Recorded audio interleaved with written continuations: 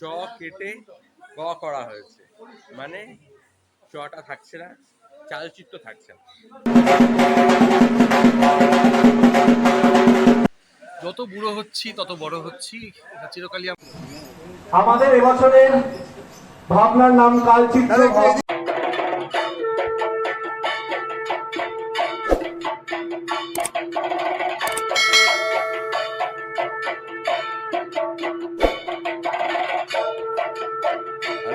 Hello friends, welcome to my channel. আমি অভিষেক আর তোমরা দেখছো এবং অভি।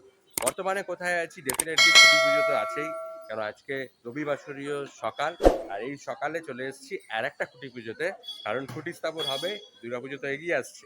তো চলো ভেতরে ঢুকবো, কেন একটু দেরিতে এসেছি সেই জন্য তাড়াতাড়ি ঢুকতে হবে, বেশি কথা বলবো না।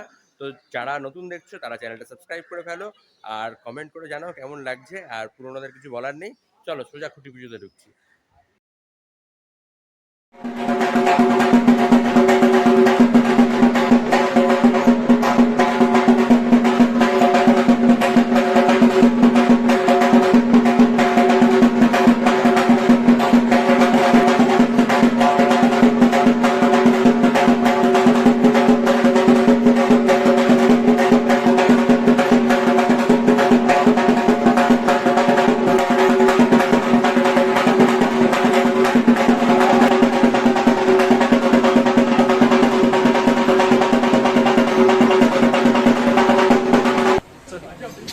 সুমনদা কবিটা এলো না। ভাবনার নাম কালচিত্র। আমাদের এবছরের রূপায়ণে গৌতম হালদার, প্রতিমা অভিজিৎ দাস, আবহাওয়া মিত্র এবং আলোক সম্পাদক সৌমেন। বর্তমানে আপনাদের সামনে রয়েছে শ্রী গৌতম হালদার, যিনি এবছর হাজরা উদয়নের প্রধান শিল্পী। তারই পরিকল্পনা এবছর হাজরা উদয়নের কিন্তু মণ্ডপ সজ্জা হবে। তার থেকে জেনে নেব। আর তাকে প্রথমে আমার চ্যানেলে এবং অভির তরফ থেকে অসংখ্য শুভেচ্ছা বার্তা রইল 2025-এর দুর্গোৎসবের জন্য। তো দাদা, এবছর হাজরা উদয়নকে কীভাবে সাজাতে চাই? প্রথমে তোমাকে অসংখ্য ধন্যবাদ। এবছর 80তম বর্ষে হাজরা উদয়ন সংঘ আমাকে দায়িত্ব দিয়েছে। তো এবছর আমাদের বিষয় ভাবনা হচ্ছে কালচিত্র। তো কালচিত্র ঘটনাটি বলতে গেলে সমাজের যে সমসাময়িক প্রেক্ষাপট, তার সামাজিক এবং প্রাকৃতিক সেই বিষয়বস্তুগুলোকে নিয়ে আমাদের মণ্ডপটি ভাবনা হয়েছে। তো এখানে তার ভালো খারাপ বার্তা দেওয়া থাকে এবং এখানে একটি সোশ্যাল মেসেজও আমরা দেওয়ার চেষ্টা করেছি আমাদের থিমের মাধ্যমে বা আমাদের ভাবনার মাধ্যমে।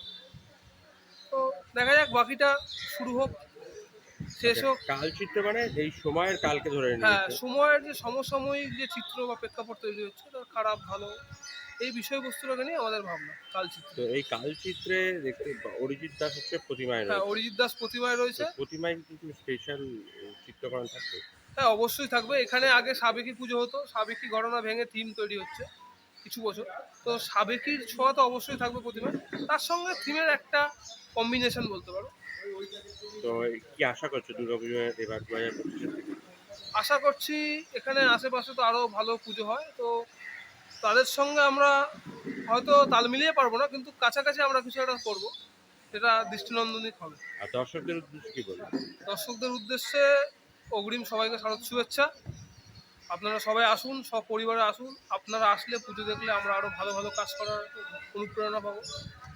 অসংখ্য শুভেচ্ছা বার্তা রইল 2025।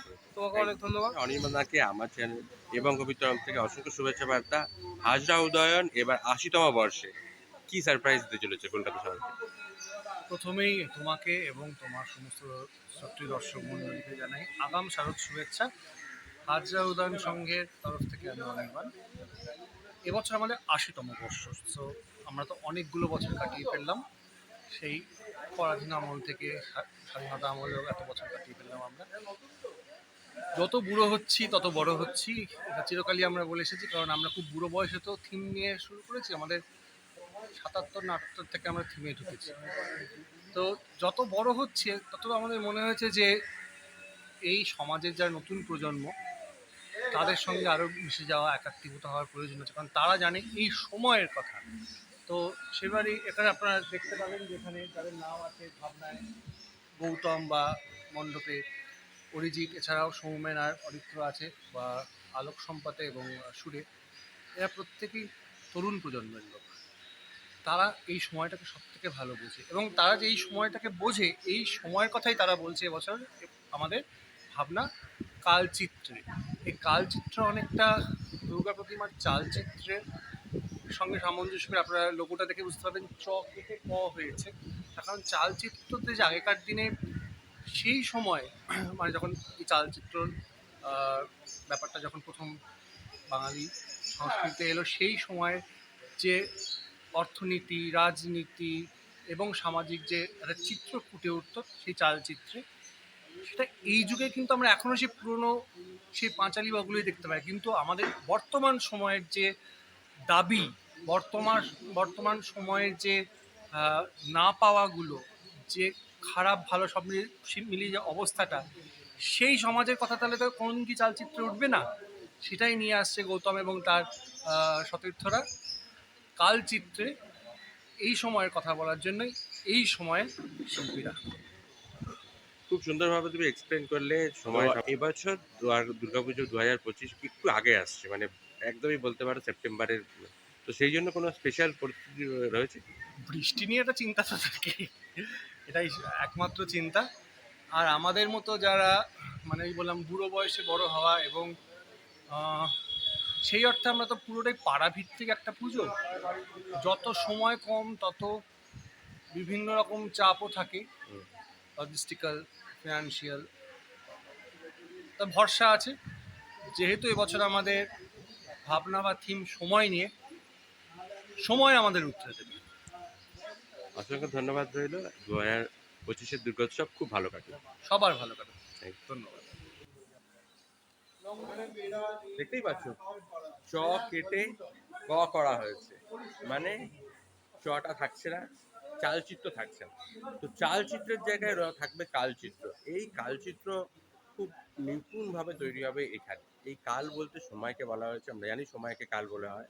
তো সেই কাল এবছর এই হাজরা উদয়নে এসে দেখতে হবে। তো তোমরা যারা দেখছো তাদেরকে এটাই বলবো, হাজরা উদয়ন কিন্তু গত কয়েক বছর ধরে, এই 3-4 বছর ধরে অসাধারণ কিছু পুজো কলকাতা শহরবাসীকে উপহার দিয়েছে। তো এবছর তাদের কিন্তু এই থিম কিন্তু অসাধারণ একটা মানে ইন্টারেস্টিং, আমার মনে তো একটা মানে কিউরিয়াসিটি অ্যাড করে ফেলেছে, কারণ এরকম একটা থিম আর এই এত সুন্দর এই ব্যানারটা বা পোস্টারটা বানানো হয়েছে। আর কালচিত্রের যেটা দেখানো যাবে, চালচিত্রের এই যে ভঙ্গি, আমাদের পুরোনো যে আর্ট ফর্ম সেটাকে কিভাবে চেঞ্জ হয়ে যাবে কালচিত্রেতে, সেটা দেখতে হবে। আমরা যথারীতি পটচিত্রের দ্বারা কালচিত্র দেখতেই মানে চালচিত্র দেখতেই পারি, কিন্তু এবছর এই হাজরা উদয়নে প্রথমবার হয়তো চালচিত্রের জায়গায় কালচিত্র আসবে। সেই চিত্রটা কেমন হবে দেখতে হলে চলে আসতে হবে এই হাজরা উদয়নে।